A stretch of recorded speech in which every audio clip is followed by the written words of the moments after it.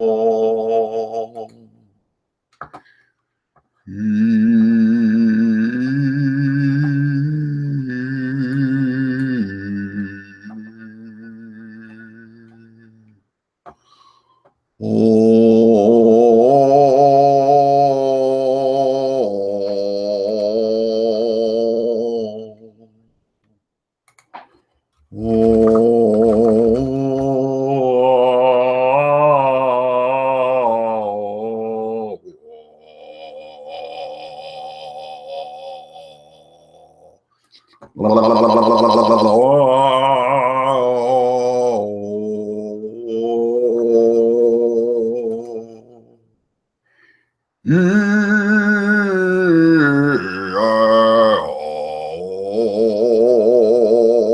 This is the dirge of not knowing how to use computers.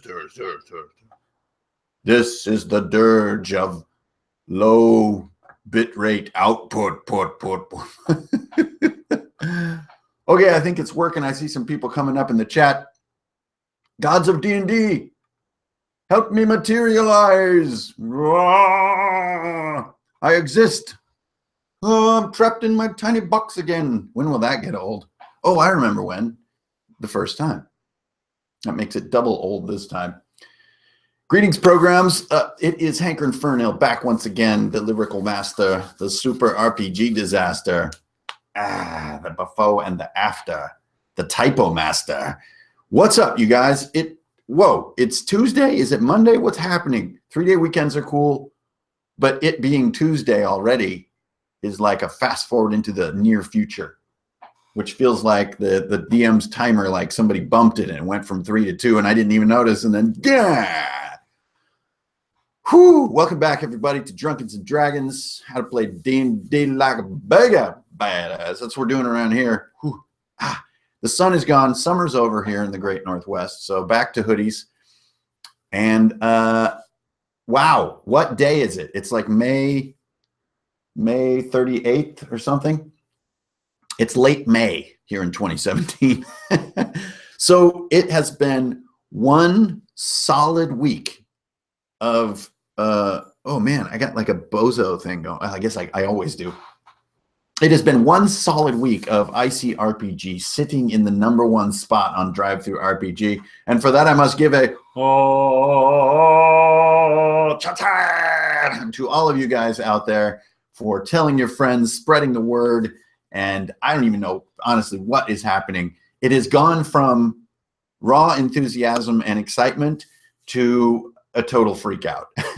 I mean, I now have a successful mess on my hands, and I actually have to have the responsibility and the consistency to follow through on this bad boy and kick ass. So thank you, everyone, for all the support, and I'm going to do my absolute best to bring this hard enough where it's going to matter. I think a lot of systems can be very, very interesting when they first come out.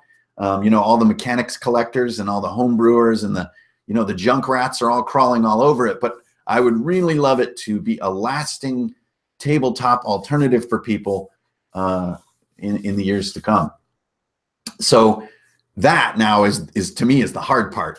There's been tons of ideas. I've already been at the table with Icrpg a bunch of times with my awesome test players, and we knew it had come to a point where it was really fun and felt like its own thing, and it wasn't over-governing itself, if that makes sense. Got it to the market, and now you guys, the market, which is a pretty degrading term for everybody, but you know what I mean.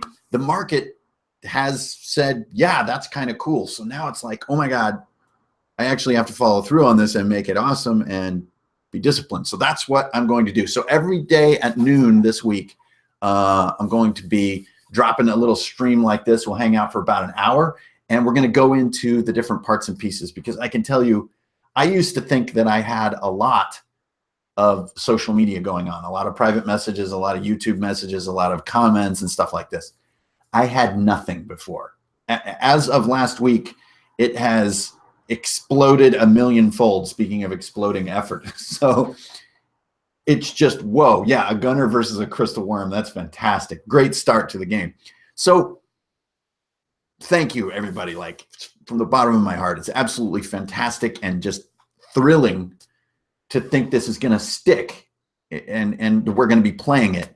I've said it multiple times. I'm going to say it again because it's a powerful mantra for me. My goal when I set out was to make a contribution at least as meaningful and lasting as Dungeon World, which I take a lot of inspiration from. And I don't play it as written with any of my groups, but frankly, it doesn't matter. It changed a lot of how I play, and that to me is a huge contribution. And I also just love the book. I love it on my shelf. I love to go back and read the classes sometimes, and I hope that I can find that kind of a role in the RPG world. Okay.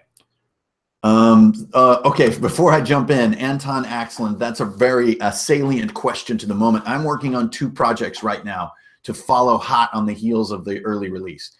The first is the tables expansion. So if you guys join the Google Plus group, which hopefully someone here in the comments can throw up that Google Plus link, it's already 160 people strong. There's already a lot of detailed discussion in there about making custom classes, about questions about OP elements, and we're ferreting out some of the, the little mistakes in the book and stuff like that. That group is really where the magic is happening. And I've already kind of given a little preview of the tables expansion, which will be free, which will come with your digital download. And that provides more loot tables, some hero randomizers, some monster randomizers, and other little treats like that. It also includes a loot table for the brand new setting, the 3rd setting, which is called Ghost Mountain. So thanks to the Google Plus group, the 3rd setting is now being concocted, which is a Wild West setting, but kind of with my own sort of spin on it. So we're going to get started on Ghost Mountain. So I'm going to give you the loot table first. You can start to improvise your own classes and your own stories and start to think about how Wild West can fit into this 3-way mixture, because as today shows, you can mix the settings as much as you want. Yo, Bung, thanks a lot for throwing that link up. So if you guys really want to join the discussion, the detailed kind of discussion is happening there on Google+. So that's the first project I'm really hitting hard, is this table expansion. I want to get it done as fast as possible. The second one is volume 3 of Icrpg, which is the all science fiction volume. I do have all the cards planned out, and I have about 4 of them drawn, which I know isn't very many. But once I sit down and start really attacking it, they get going really fast. And then I usually don't sleep for a couple days, and I just go for it. And that is my other one. So I want to get that done. And I can't even promise when that'll be done, because once you get started, you just want to make sure it's right. But that will be all science fiction. And then probably after that one, we will do a Ghost Mountain Icrpg expansion, which will be all Wild West twisted a little bit. And so I'm not going to give too much away there because I haven't fully written it all out yet. So those are my 2 projects right now. Those are the 2 things you guys can look forward to throwing at your table. It's going to include heroes, it's going to include some monsters, it's going to be a bunch of cards. It's going to be great. Okay. Whew. Let's get back to the moment. The moment today, and I won't be able to see comments here for a little while, so just so you know, if I'm not answering your comments, it's because I am in this window right here. Gods of D&D, grant me the RPG core book.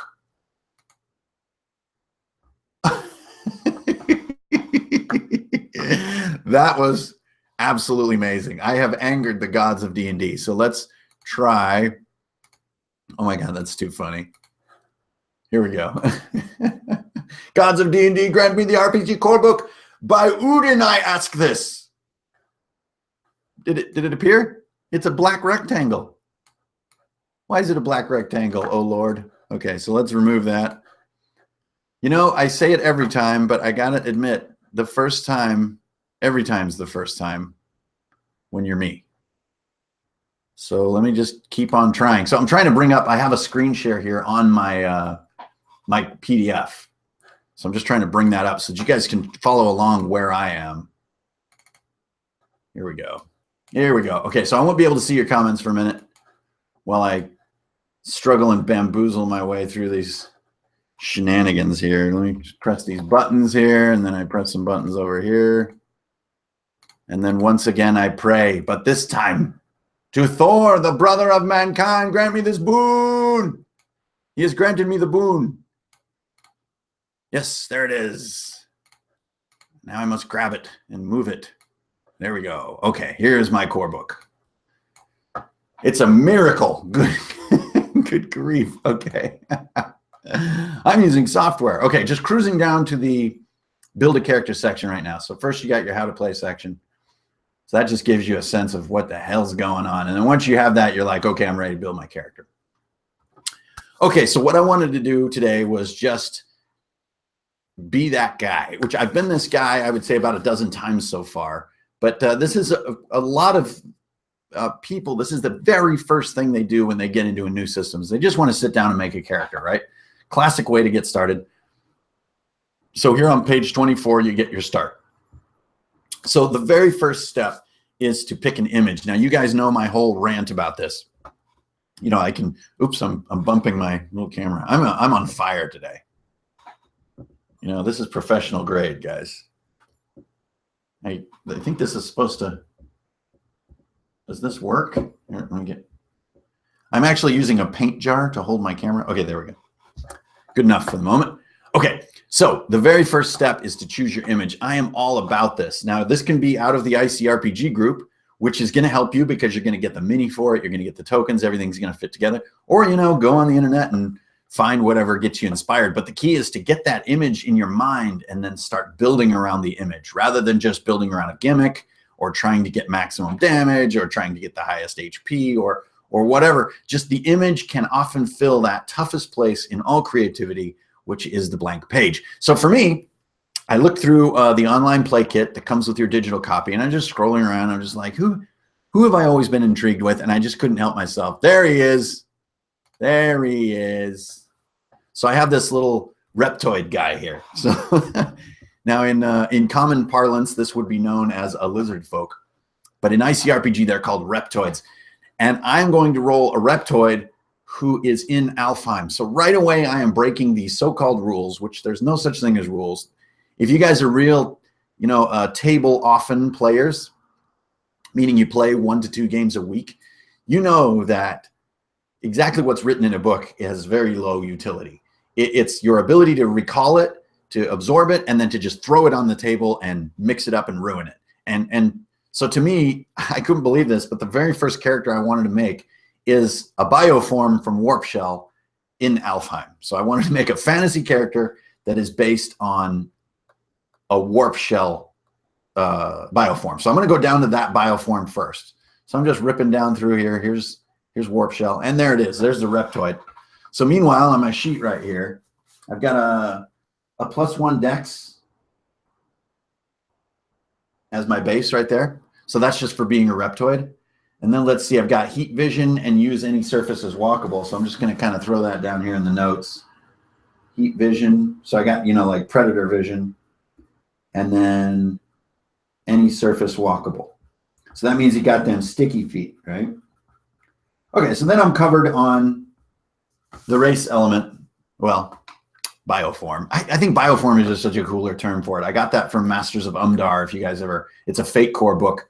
And I love that they just said the term race just feels kind of gross, and bioform is way cooler and more fun and more descriptive about the real diversity we're facing here. So anyway, I got my Reptoid. It's just that easy. There's my species was just a dex bonus and 2 little notes at the bottom of my sheet. Okay, so I like that. That's easy for me to understand. Now I can move on with life. Okay, what are the first things I do? So this is where you distribute your 6 points. I've had a lot of questions around here, but all of the questions have been posed in a way that people already totally got it. You know, they're like, I'm not sure I understand how to use my 6 points. Can I put those 6 onto my armor, my stats, and any of my effort dice? Yes, that's exactly it. So I think people are intrinsically understanding how simple this is. I think they're just checking themselves like, it couldn't be this easy to understand already. So again, I think the fun of doing this little 6-point exercise is not how can you get the coolest results, it's what fits your picture. So in my case, I have this little guy, right? Looks like he has a sword, a trident, and then look, maybe those are javelins or throwing darts of some kind. But also, he's from a sci-fi world and he's in Alfheim. So I was imagining he's actually fallen in some kind of crystal drop pod from the Iron Heart. Now, you guys are, if you're watching Savages of Cath, our live game, which is going to be tomorrow night, there's more and more mention of Iron Heart. Iron Heart is a little bit on the reveal coming up, but it's one of the moons of Alfheim that's been shattered. Iron Heart is a term that refers to its molten core. And I imagine my character here as having fallen in this crystal drop pod from the Iron Heart. So he fell kind of from a science fiction universe down into the fantasy universe. And this is the rub of his story. He's like a messenger from a more cosmic sense of the truth. And he needs to find the heroes and find a way to change the future or something. So right away, I have that sci-fi piece, and I'm back to my fantasy piece. And I think that blend and freely embracing it is the fun. So what's going to fit this? Well, I know the dude is tough. So I'm going to put +2 in my armor. The guy, you know, he's got some melee weapons and stuff. So I think I'll throw +1 on my strength. Makes sense. And then he is sort of this messenger. So I got to have some intelligence. I'll do a +1 there. So now I'm sitting on 4 that I've spent. And then just to be smart, I think I'll do +2 on weapons. I mean, he's got those weapons and he just looks like it. And I'm done. Actually, wait, here's a perfect example. So you see, I put that in my final. But over here is a little more handy. Now I'm using pencil, so it's all good. Each little stat slot has a base slot. I know these are tiny on your camera. And then total from loot. So as I add my loot, that'll modify, and then I use my big box for what I'm going to use during play. You always want that big box to be the thing you're looking at all the time. That's it, you guys. I just designed the roots of the character. So now I just sort of need my bits here. So my buyer form is Reptoid, which is, I know, is somehow going to come down and bite me in the Reptoid butt. Okay, then story is like fallen from the Iron Heart.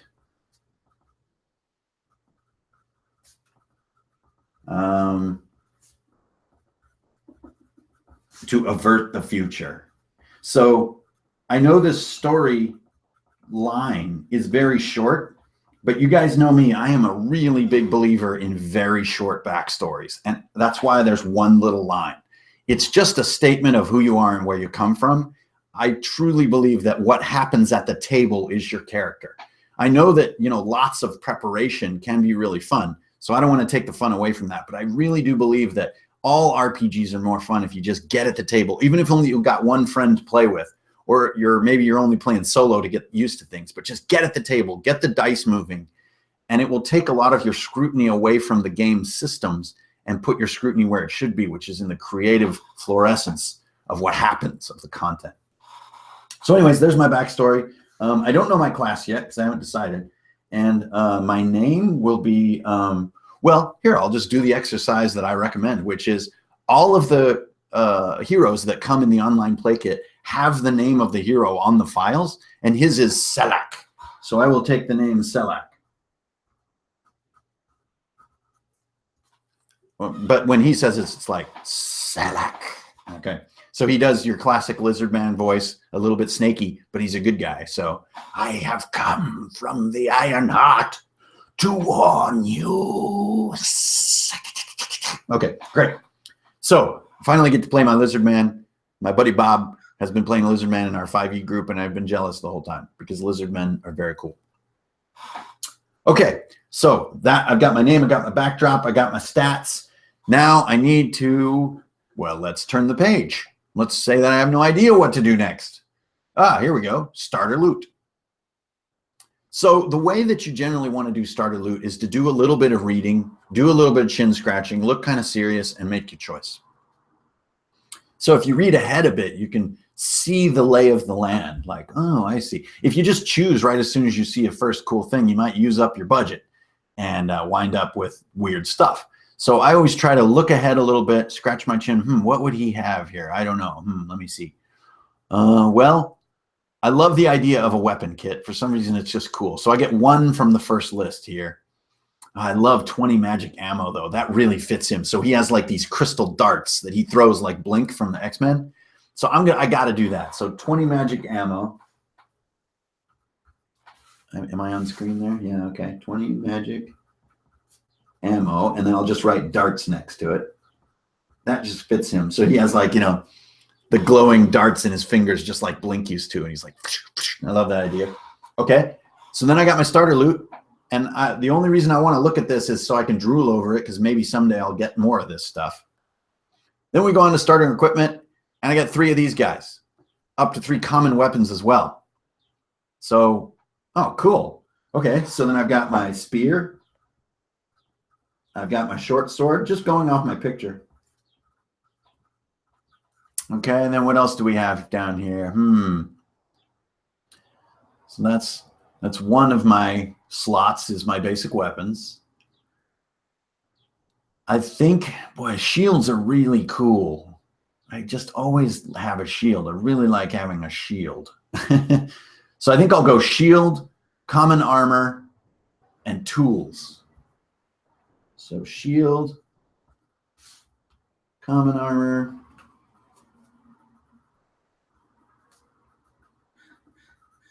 and tools. And I think my tools are going to be sort of these crystally tools. So I guess they're, well, is it miner's gear? Yeah, there you go. Miner's gear. So he has this kind of crystal miner angle. So there's something about the Iron Heart where he came from that he is used to chiseling his way through these tunnels, searching for power crystals, searching for clues beneath the surface of the moon, sort of. And so it fits. Now, it doesn't have to be common miner's gear, but lantern, pick, and spikes, I think, describes it. And then you can flavor it however you want for your character. Like his lantern is a little crystal floating in a little thing with a handle on it. You know what I mean? And so forth, so on and so forth. His pick is kind of like a little sort of high-tech little laser pick thing. And, you know, just as long as the DM is groovy with all this stuff, there you go. Okay, so now I've got my starting equipment, and I'm ready to add my equipment into my stats and fill in my big bubble, okay? So let's see. The biggest one I changed is I put 3 on armor. I already put 2 up here. So I got +5 on armor, which is 15. Remember, 10 is base. If you got clothes on, you got a 10. I didn't buff my weapon damage, so I can put the 2 in there. I didn't buff my strength, and I didn't buff my int. So those are unaffected, and I can fill in my big box. There we go. I still have just 1 heart because I'm not to my class yet. And my class might change my big bubbles too. Okay, so then there's some more detail here about, you know, like why it all matters and blah, blah, blah. And you guys have all seen this in your copies and so on and so forth. Now it's time for probably the most fun part of all character making, which is choose your class, right? This is where you really lock it in and not only choose where you begin, but you're kind of choosing a future for yourself. So you always want to read those milestone rewards and maybe even talk to your DM about which ones are the most intriguing to you so that your character grows in this way. So really now it's a matter of just making a simple choice, writing down your starter, and if you want to change your gear based on what's recommended, you know, go ahead. So let's see, what do I really want as my starter? What is this guy really like? I think he's sort of a ranking member of the Iron Heart Reptoids, and that's why he was sent down in this crystal drop pod as a last hope for the folk of Alfheim. I think he's going to be a commander. So I'm not even quite sure right off the bat exactly what the milestone rewards are for commander. I just think he's a commander. He's Commander Selak. Yes, that's awesome. Like that's his actual rank. So back on the Iron Heart, you know, he has this sort of unit of Reptoid assassins or badasses that roam around searching for these crystal clues to how to avert this doomed future that he's always alluding to, even though I have no idea what he's talking about, but that doesn't matter. The DM can help me discover what that may be. So what am I looking at here? Recommended gear. I already did my gear and I like it. So I just get my starter reward. Amulet of Kings, +3 charisma when commanding. Oh, awesome.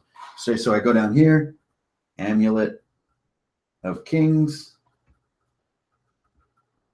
+3 cha, when blah, blah, blah. So I'm going to put it right up there because I'm pretty confident I'm going to be doing that a lot. And now my total gear is 1, 2, 3, 4, 5, 6, 7 items. So I can have 3 more items equipped. Because as you go down, you know, you discover the limits is you can have 10 equipped and 10 carried, and that is the limit. Now there's some advanced loot coming that's going to modify how much you can carry and equip. But right away, I'm almost full on my equip, so I can equip 3 more things. So the next 3 pieces of loot I find, I can put on rings and I can put on a helmet and stuff like that. But then I'm going to be capped out and I'm going to have to start carrying things and swapping out. And to me, that is very video game backpack, right? even this whole choice sequence, you can really imagine in a very sort of video gamey way. None of that is on accident. You guys know me. I derive tons of inspiration from Zelda and things like Zelda, especially Metroid is where game design to me just comes from. It's just probably where my brain cells stopped growing as a kid. And so I'm still going over that ground again and again and again. So there's some interesting stuff down here about tags, weapons of Alfheim, right? It has these descriptive words. And I've had a lot of questions about, well, what are the exact functions of tags? Tags to me are a lot like statuses, right? Like stunned or burning or frozen. Many, many games out there codify or systematize their tags. So there's a state which is stunned, and it has a little block of rules. There's a state for the tag deadly. There's a state for the tag fast. It is not an accident that in Icrpg this is left undefined. I just want these to be here as useful verbal tools for player and DM to come up with what happens. So one of the things that has driven me crazy about RPGs over the years is looking up explanations for descriptive terms. When I'm used to using language in all kinds of ways, and I want to openly use descriptive language without worrying what the rule associations are. So it is intentional that the weapon tag useful does not have a rules systematization. But an axe is a useful weapon, whereas a short sword to me is not useful. What does that mean? Well, you don't really work on your garden with a short sword. You don't really chop down a door with a short sword. You know, it's not really an everyday tool. It is a very specific use weapon. And I think just that right there is something that me, if I'm the DM and my player, can work together to use in some situation. That's all it is. If we want to make a note on maybe what that means or something, that's fine. But I tried to leave that open on purpose so that you guys can fill in what tags mean. And especially the more you read the loot tables. You know, the loot table entries are so tight and so short and compact. They do leave a lot of mystery, right? So if you're the kind of DM or player who is very mentally hungry for systemized detail on those very short descriptions, you might find yourself going, is this it for this entire spell? Is this the whole description? To me, that's an intentional move to get you and your DM describing it and being flexible about it. It's just like in our game the other night. Like I had a player invent a spell on the spot. It was a low-powered spell, but it fit the moment. It fit the character. Why not? And that's nowhere in the book. It was just he used a whiz roll to conjure a little gleaming light in his hand. It just fits, so why not let it happen? And this is the approach of Icrpg. I know there are sort of oddities in the game design. There are some real OP classes. There are some OP items. There are underexplained situations and rules cogs. And I want you guys to fill those in with ways that fit your table. So on the one hand, you have highly technical games, and on the other hand, you have highly narrative games. Make it what fits your style. Okay, so I think I have Commander Selak prepared. So that's my entire process. Maybe I would sort of go in, and I'm going to play online, and I'm the host. So maybe I need to go find, where is this? There he is. I need to go find this guy. Here's my play token. So that's what we'll put on the maps and stuff. And then maybe I'll want to write down a few quotes for him so that it'll guide my role play a little bit, you know, like, you know, the crystal will bring the future we fear, you know, something. I don't have to say that a bunch of times, but it gives me that tone. It gives me the who am I? Why am I relevant to this party? And I think for him, not only is he sort of foreign from another time, from another world, he also is always seeing portents of this future he knows about in current events, and that's his sort of his jam, his angle. You know, much how a dwarf is always sort of being bullish and a little bit drunk and stubborn. That's his angle, right?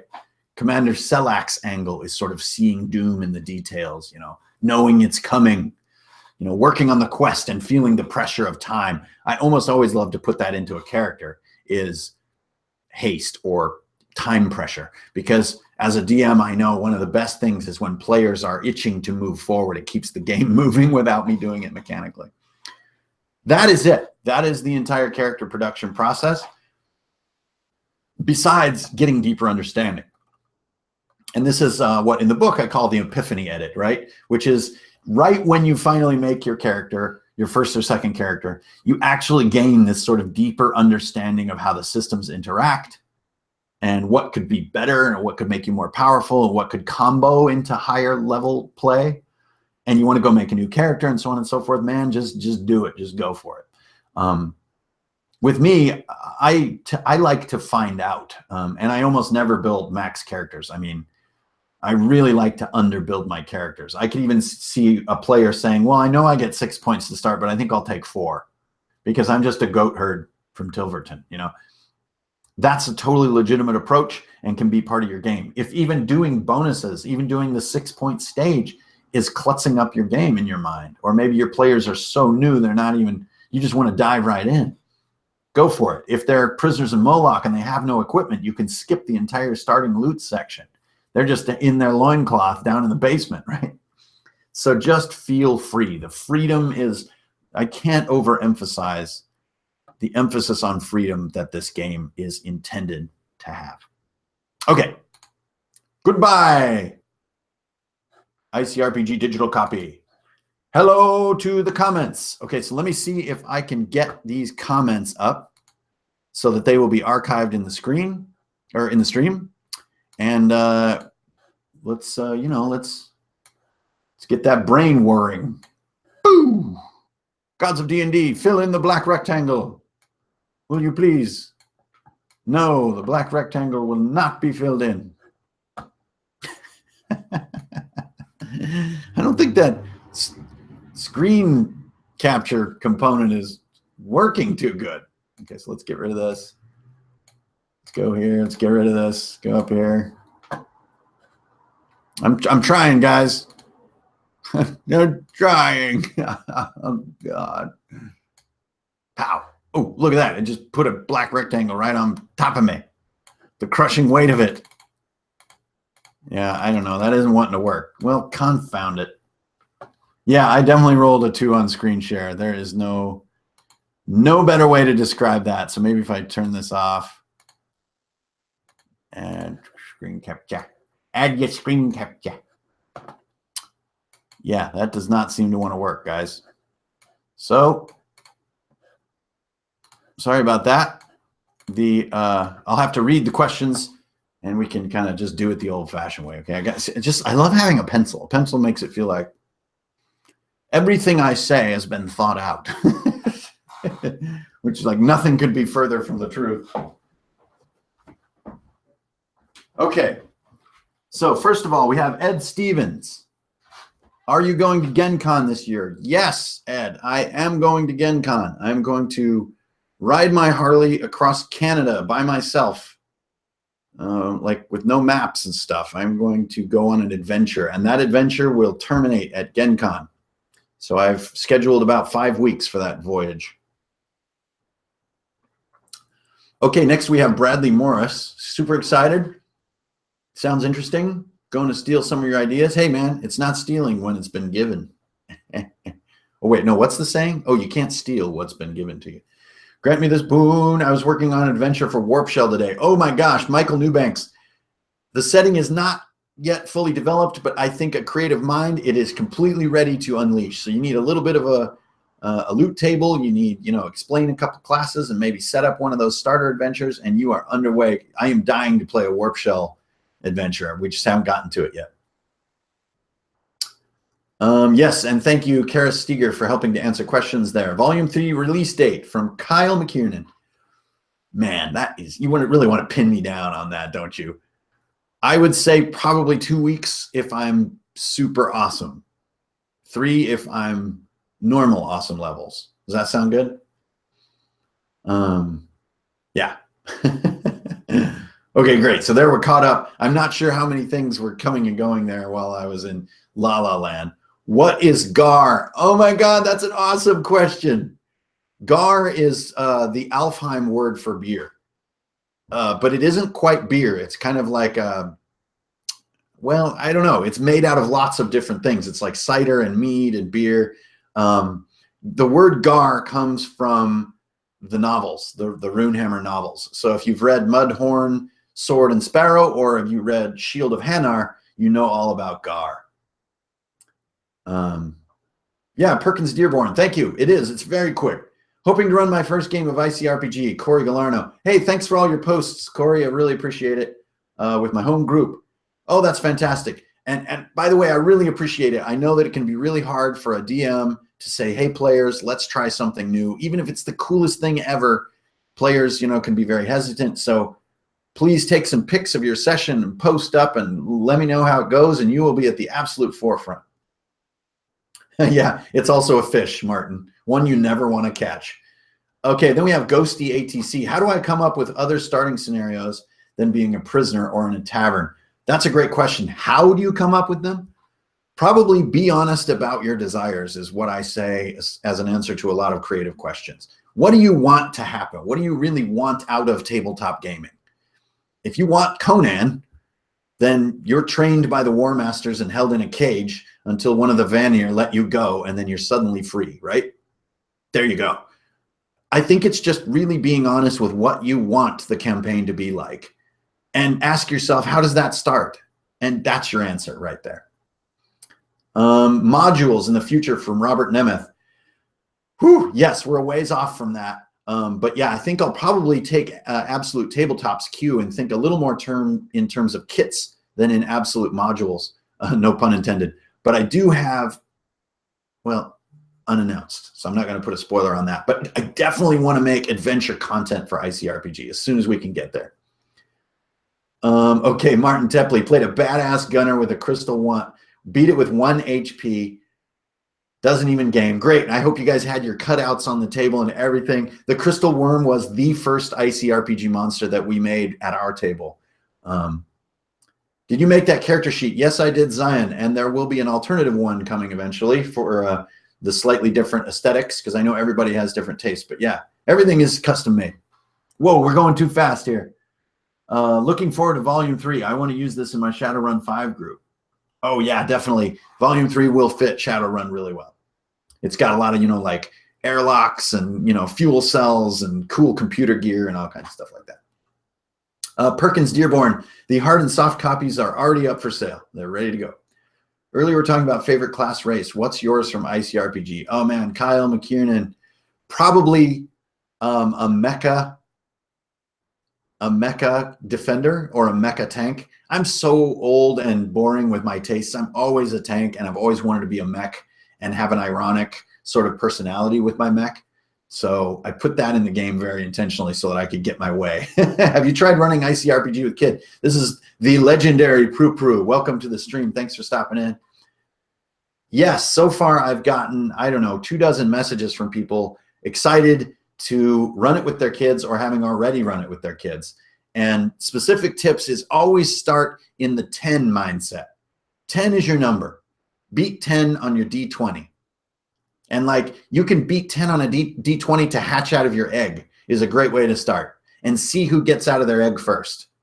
Another great way to play with kids is to roll a move dice, because it's so familiar from board games. And so I know that Icrpg has a flexible sense of space, but it can be overwhelming to choose where you're moving in such a flexible system. So if a kid rolls a 1d6, they can kind of go 1, 2, 3, 4. Okay, I'm right there. And make your game just a simple gauntlet. We move through the goblins, we move to the worms, we go through the trap, and then we get to the boss. And everybody's kind of in a little foot race. Thanks for the question, though. We have Altimus Prime as a beginner DM. How do I know if I'm prepared enough to actually start the campaign? Oh, my God, that is a huge question. I would say, and I've said this a million times, and I know it's tough to live up to, only ever plan one night of gameplay. Ever. Everything else you're planning is railroading the characters and not really taking them into consideration. So if you have one night planned where you think you can have 2 or 3 hours of fun, you're ready. The campaign is ready. Everything else, the details and where it goes and why, should be filled in by your characters. Corvus 5200, Icrpg for kids. Oh, you love Daring the Doomed. Hey, thanks for picking up a copy of that. Hopefully Golden Bell Publishing will be able to get that to retail this year, but we'll see. And I think Icrpg is designed specifically for kids and newcomers to have the most fun. But I got to be honest, I've been playing for 30 years, And just like Absolute Tabletop, I made what I wanted. I made what I wanted to play. And the minute I brought it to the table, it's really what we wanted to play, and we're all really experienced gamers. So hopefully that says something about you're doing something right. Yes, Pupu, you are legendary. Icrpg kits for kits. Yeah, sound great. Yeah, I mean, I know that's really their kind of brand, but the idea is undeniably futuristic for RPGs, which is rather than a big pre-written module to give you tools to make modules on the fly. It's just the thinking is too good to turn back. So I'll just have to go buy Click and those guys and the Carney brothers a beer to keep everything copacetic. Yeah, always simple. I think Kara Steger, thank you for the comment. Again, I like to reinforce that if you're a player, if you play a lot, if you're at the table a lot and not just a reader, simplicity is ultimate. Now, as a reader, simplicity can be disappointing. You know, I just came off a huge reading phase, and I thought 13th Age was one of the best RPG reads I've ever had. It's just freaking genius. It's brilliant. But when it came time to maybe bring it to the table, I just felt like, well, I'll fall back on 5e. And I don't think that's a critique on 13th Age. I think it's one of the best RPG books ever made. But at the table, I just want simplicity all the time so I can improvise. How do you deal with range when using Icrpg and D&D? Whew. Well, 13th Age is the paragon of saying this is D&D, but with a 3-point range system, close, near, far. So you could break down D&D into anything beyond 5 clicks or 30 feet, or wait, that's 6 clicks. Anything beyond 6 clicks is far, anything within 6 is near, and anything within 1 is close. That's one way you could do the conversion. But honestly, it's all or nothing. If you're still counting off clicks and counting moves and bonus actions and stuff, you're not going to really benefit from the 3-point distance system. A Naruto campaign, that sounds awesome. Loving the Blip and Ghost classes. I need to convert it to Harbinger. Yes, John Jarvis. There is an intimate and fun connection between Harbinger and Icrpg, and they'll be growing up together as little kids in the neighborhood causing trouble. I've read the previously released index card are not even necessary. That is totally true, Adam. The previous release, and I didn't want to do that. I don't want to make a setup that's a trap for you as a consumer. You can buy the core, play the game at your table, and never print out a single page. The cards are meant as a visual aid for people who don't have terrain, don't want to make terrain, but also maybe aren't into dry erase. It's just a fun way. I totally happened on accident, by the way. I just added some handmade index cards to my game one night, and it just blew my mind how fun it was and how many laughs we got out of it. So that's how those early volumes were formed. Yeah, Kara Steiger, I am hosting an Icrpg game at AtCon this year down in Tacoma. So I will be running a game for all those AbTab guys live. Yeah, great. Eric from Bloat Games. Thank you very much, man. Thanks for the support. Really appreciate it. Are you planning an episode of Encounter Machine? Yes, Encounter Machine is getting our timing back together because we're both so busy. We're like losing our minds, but we're always chit-chatting. I love their ghost room they just did. You have an Oculus. Yeah, I do have an Oculus. I don't really game on it, though. I just use it as a sculpture tool. The Star Trek game looks really cool. How do you properly balance loot drops and leveling in your party members? Oh, man. I love it. I love that question. Balance loot based on longevity. So if your campaign is going to be really long, slow your roll on giving out loot, like maybe 1 or 2 per session. If you're running a 1-shot or a 2-shot, just shower them with loot. Shower them because there's no game to break in the future. So 3 to 7 per session, I would say. And as far as the term OP, in Icrpg, you're going to find all kinds of dark corners and cobwebby nooks and crannies that are totally OP. It's going to happen. As a game designer, and I did this in the video game world as well, I just don't believe in the term OP. I think that the term is variety. Some things are simply more combat powerful than others, and you're going to have players that are dwarfing other players in their damage output. And to me, that's okay. That's like real life. That's like the Fellowship of the Ring, you know, like they don't have balanced damage output. Boromir kicks ass. And that's okay. That's part of the variety of the world. And if you have fun characters who are friends, The worry about class OP or loot OP, I don't think is a big problem. Good old banana measure, yeah. I'm going to be picking it up this week. Hey, thanks, man. Yep, so poor. Hey, man, I know how that feels. I know how that feels. So thank you for your hard-earned ducats. I look forward to seeing what you think. How about a live game with the Tilvertonians? Yeah, that would be fantastic, Robert. I love that idea. I'm actually going to, starting next week, going to throw up open enrollment on live XSplit ICRPG games. So we'll see who jumps in.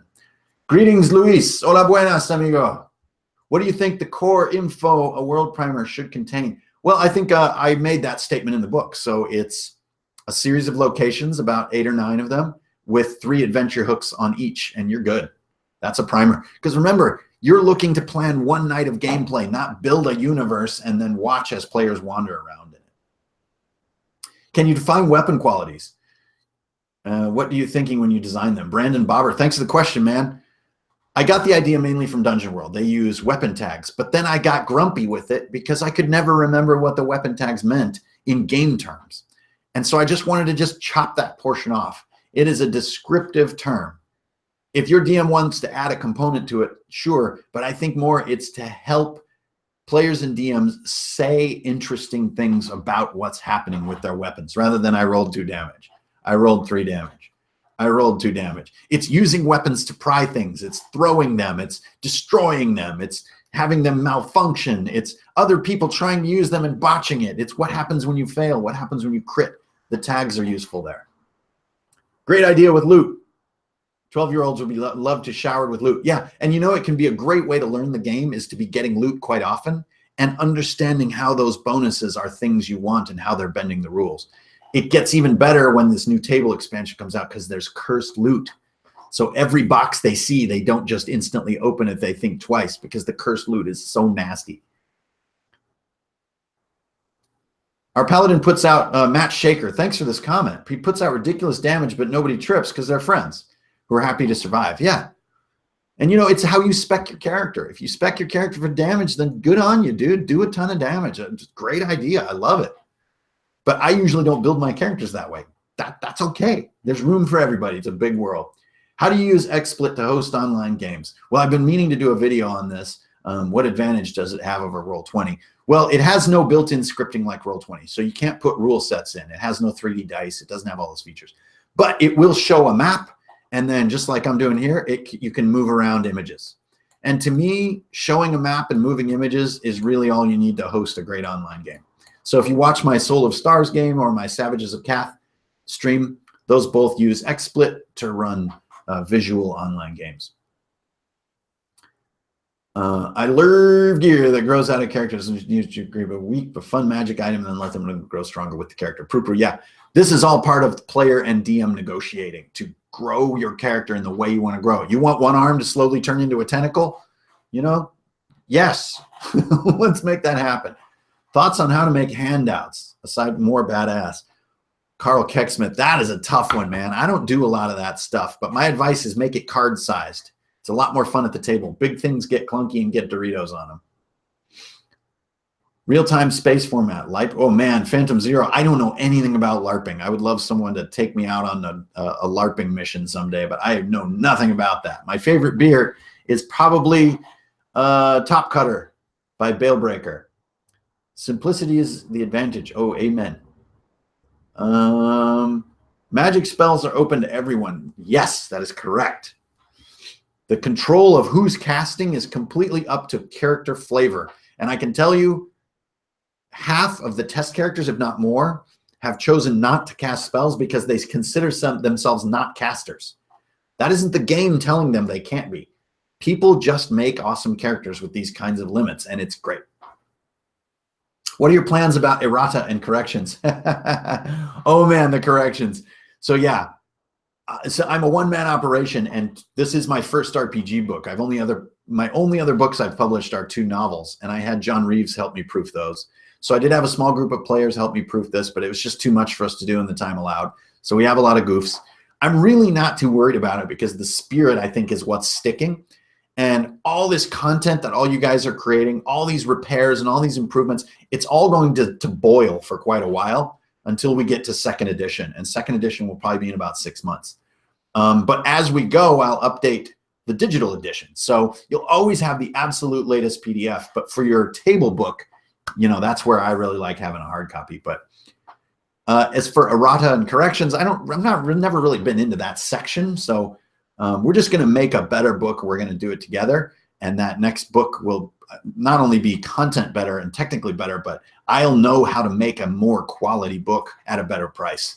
And I'm excited about that. So if in 6 months to a year, we're still going strong, which I really do believe we will be, that's when that second edition is going to hit. And I actually think that will be what it was truly destined to be.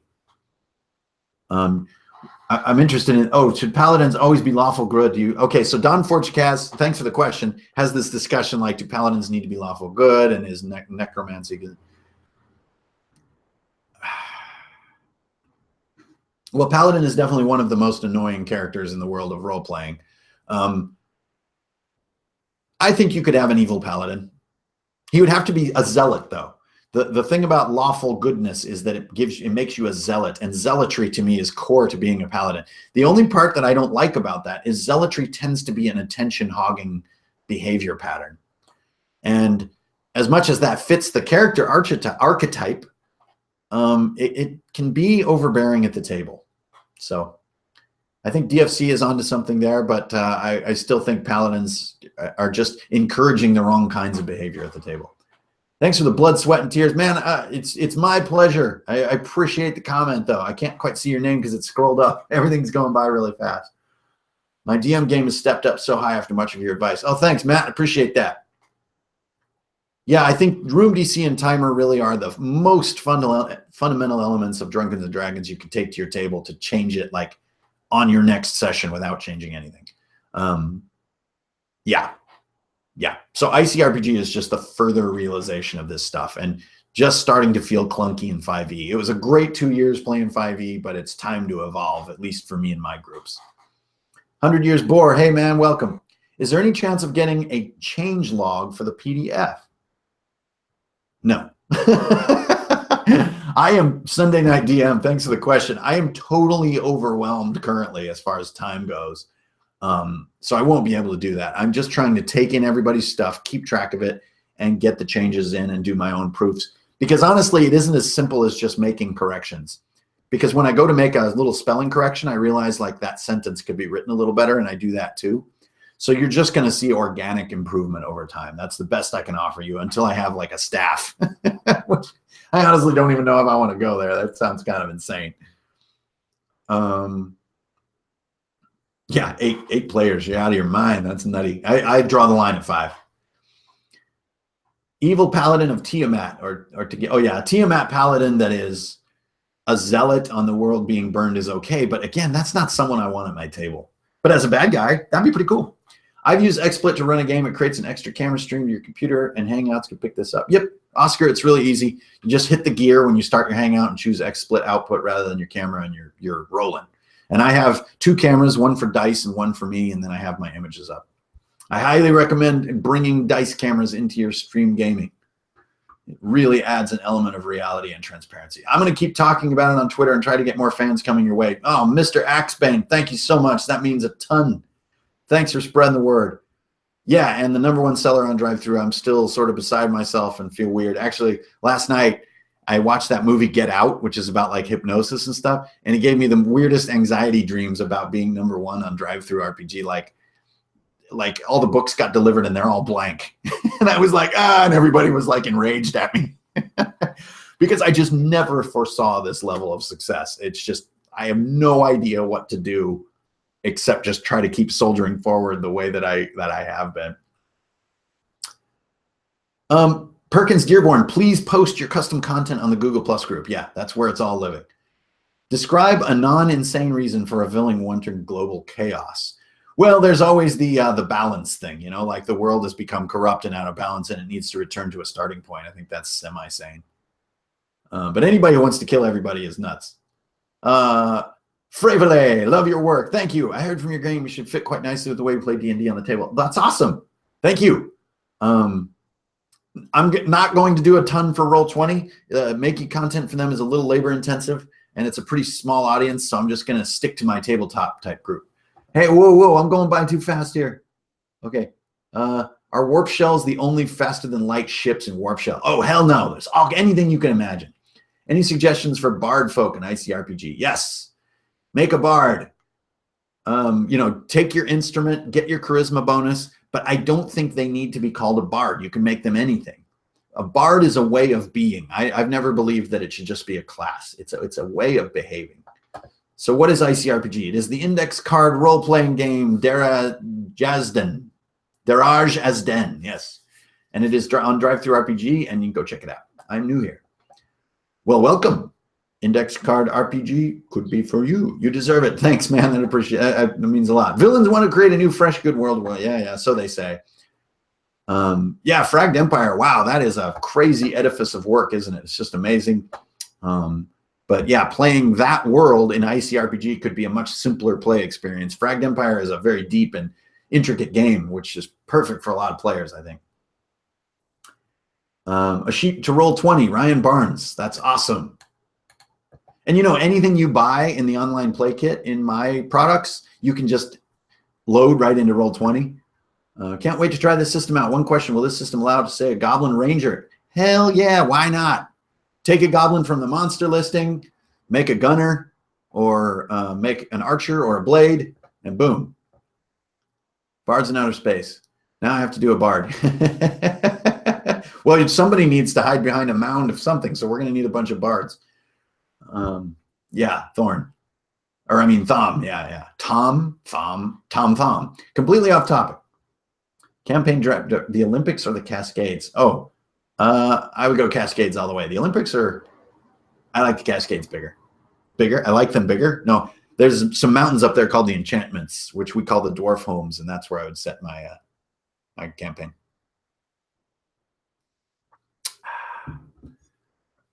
Matt Shaker, have fun. Goblins are great. I've had 2 Goblin characters, and I love them. They're super fun.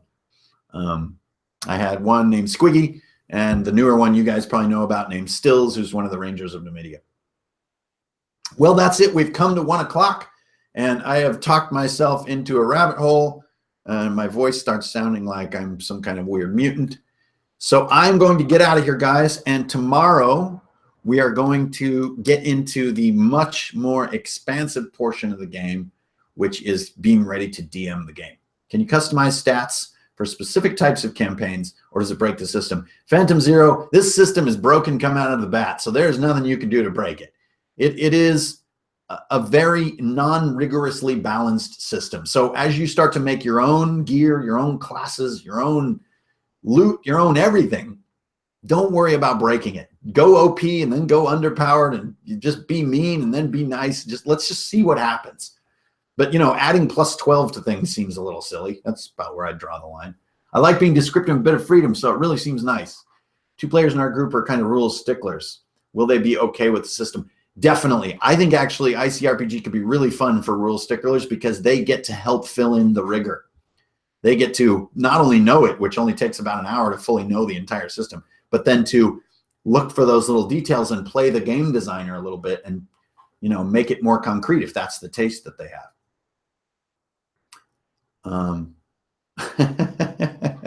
Okay, guys, thanks a lot for tuning in. Really appreciate it. Who knows if we'll have technical difficulties next time? I don't know. Every time's the first time. So, well, I'll probably just throw the stream up the last second. That seems like the much easier way than setting up an event ahead of time and then going live with it. So thanks, everybody, for sort of jogging over when we made the jump. I appreciate that. And this video will go right into the archive. And tomorrow we're going to start talking about getting ready for DMing your first ICRPG session. Okay, so everybody have a great day. Welcome to next week. We are now officially in the future. So I'll see you tomorrow. And until then, strength, honor, and beer. Keep it real. Don't steal. You always get a deal, and all those other salutations that I say. See you next time, guys.